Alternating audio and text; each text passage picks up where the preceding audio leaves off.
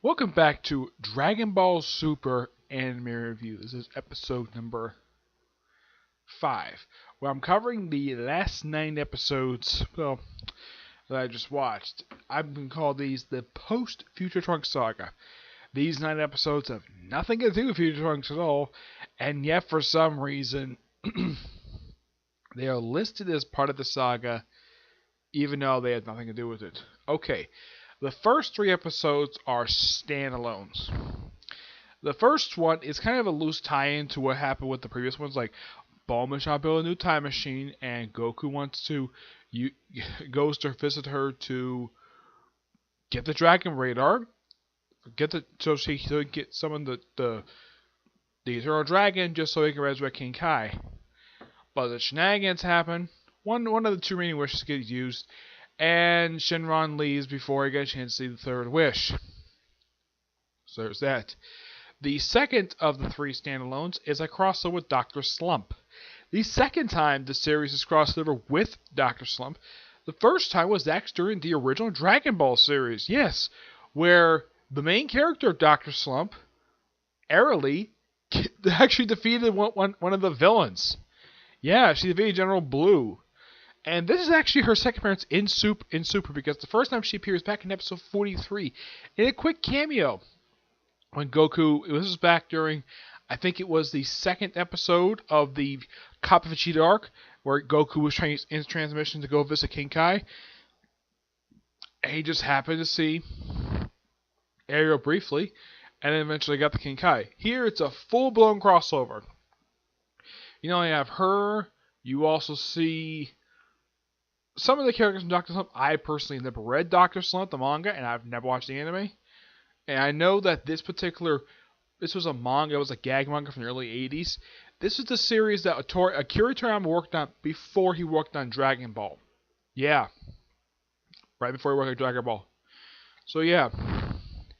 This was actually quite funny of an episode, because the main villain of Dr. Slump, who apparently died at the end of the series, and in fact there's references to it, and villain Vegeta's like, oh no, it's a character from an early 80s gag manga. And of course, Ariana pointed out, though, it had been 30 years since the last time that she and Goku had been on screen together. Which is kind of true, yes.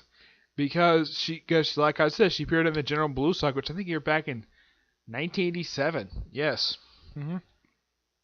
That was overall a really fun episode. The last of the 3 standalones is basically Universe 7, Universe 6, not in a fighting tournament, but in a baseball game. Yep, a baseball game. Where they pretty much bring in like the entirety of the team they had from Universe 6. For the most part, except for Hit. Hit is nowhere in this particular thing. The whole point of this particular thing is to basically just remind people that, yeah, the Universe 6 exists, and just remind people that, yes, the King tournament is coming up, so yeah, there's that. It's a fun little episode, and of course Yamcha gets a chance to shine his awesome baseball skills, because he played baseball at the start of Dragon Ball Z. At the end of time, it was revealed that he became a baseball player during the last 5 years. Excuse me, yep. And then there are 3 straight 2-parters. The first one is basically Goku figures out, of course he actually fulfilled behind all this, that there was a hit put on him. And yeah, the whole point of this little 2-parter is just to test Hit on how much stronger he's become. Yeah, there's a little mystery. Before they exactly revealed it was Goku who was behind all this. Yeah, it was a good mystery. I got hints to the writers. As being Goku being involved, this was actually a bit of a surprise. I kind of suspected I was watching this arc that could have been, well, I would have thought Frieza maybe. I would have thought maybe one of the survivors of the Frieza Force could have put a hit on Goku. Probably found out of the whole other universes thing and probably heard about Hit. That was one theory I had. Actually, that was the only theory I had, that it was some of the Frieza Force, because that's the other thing I could personally think of. Yeah, but the one thing this episode, this 2-part does not explain, how in the world did Hick get to Universe 7? Yeah, this is never explained. It is never shown how he gets there. Now, it is shown how he gets to the Terminus Destroyers when he had this giant cube. Here, he just somehow gets here. It's never explained how. He just, he's there. In the case of Champa and Vados, transportation, yeah. In the case of Hit, it's never explained how he gets here, and somehow Piccolo, Gohan, and Goten get worried about him. Even Bulma shows up, plays a minor role in the episode in two-parter. Yeah, it actually was pretty. It was a pretty good mystery. Now the following two episodes, which is just the Great Saiyaman two-parter, which involves it's another two-parter involving Gohan, but this one Goku. This is actually the first time that in this whole entire series you have two episodes of a show called Dragon Ball Super without Goku showing up. Yes. Though it's not the first time in the franchise this has happened where Goku's actually absent for an episode 2. The last time this happened was actually during the original Great Saiyaman Saga from DBZ. Yeah, he was actually absent for like all those episodes. It took him to the World Tournament arc for him to show up. This, he's just absent for 2 episodes, and that's it. Just these 2 episodes he's absent for. There actually really is no explanation of exactly why he's absent. As for what he's up to, they don't really say. Yeah, it's really weird, though, that we have a 2-part focus on Gohan. Which, it's a callback to DBZ during, like I said, a brief period of time where Goku was not around. So it's nice the fact he did that. And it's a bit of Hollywood stuff, him sort of off of the scandal. Even Videl basically can tell, yeah, this whole thing is bullcrap. With the whole kiss that he got from an actress from the movie he's part of. Which even she can tell by looking at the picture that she knows that Gohan would never cheat on her. Nope. He never would. Because he loves her and he loves her daughter. So he would never ever cheat on her. And I think eventually must have been off screen when Coco, her name is Coco, the actress, she must have told Videl off screen about the whole thing about Brad Khan, that's the name of the main antagonist of this 2-parter, about him being behind the whole scandal thing, that him telling her to plan a kiss on him just so he can possibly do an affair, possibly, and maybe become good friends. I would not be surprised if Goku set her up with one of the Z fighters. That would be interesting. As to which one, almost every single one is married, except for Tien, Yamcha, and Piccolo. Those three I can think of that are not married.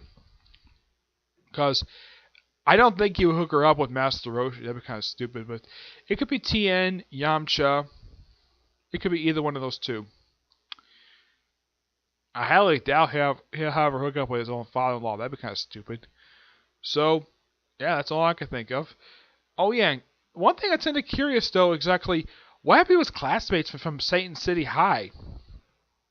Yeah, as far as I know, they never appeared again in the franchise after the World Tournament arc. Yeah, it's really weird. There's no explanation for that. Let's see.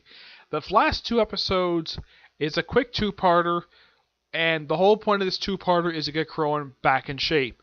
And him back being martial artist. He did briefly come out of retirement to take on Frieza's forces because of the whole world thing. Goku wanted to come out of retirement full time, despite the fact Krillin was retired and being a family man and having a job as a cop. And this doesn't affect him when it comes to retirement. I think the whole point of this 2-parter is just another nostalgia trip by having Goku and Krillin take on past villains of the franchise.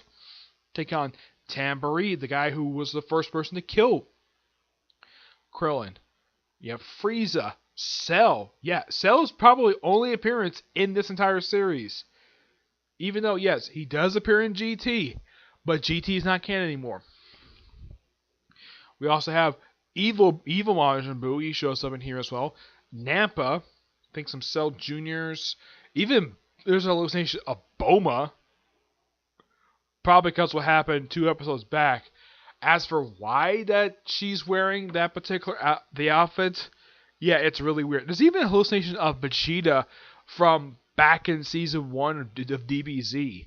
No joke about that. It's really odd the fact that even Goku points out though, he points out though, even I know Vegeta is not here.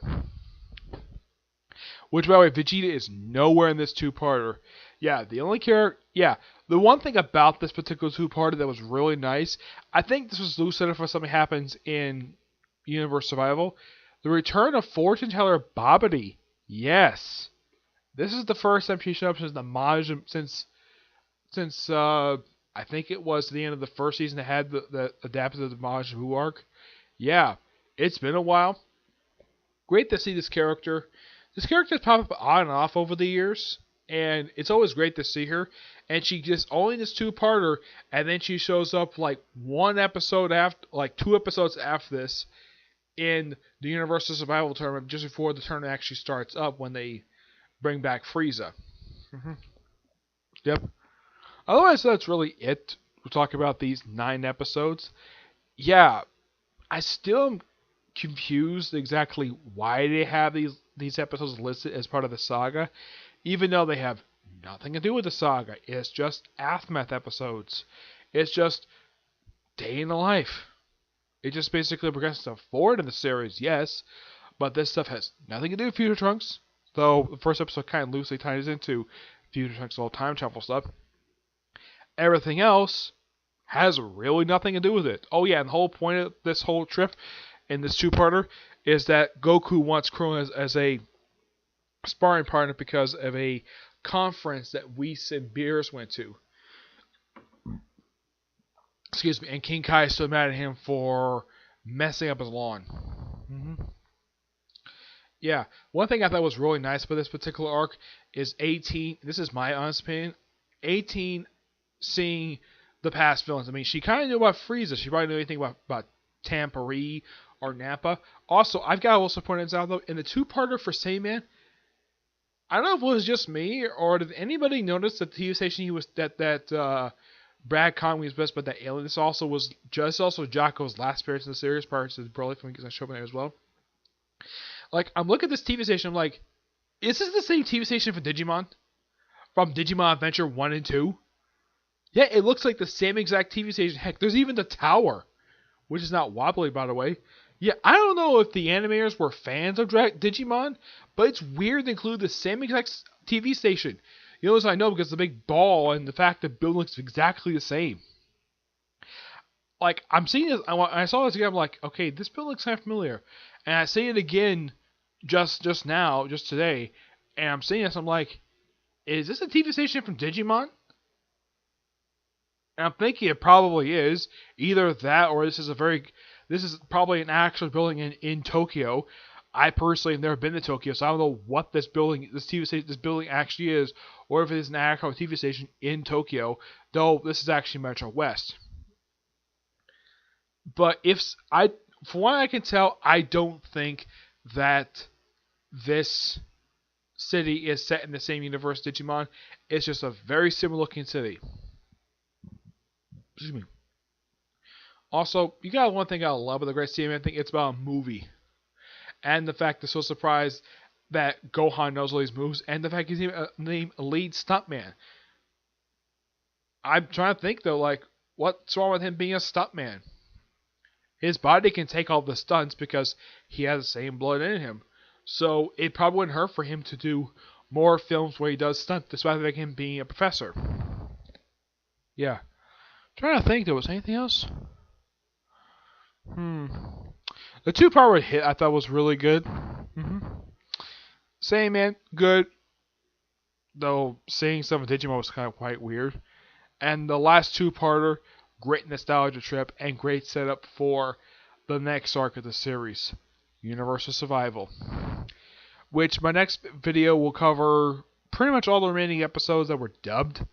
Because the most recent one was dubbed as 84, so I think overall there's only about, I'd say about 8 episodes, so yeah, the next episode will just cover the 8 most recent episodes that have been released dubbed. Hmm. But yeah, until I see you next review. Bye.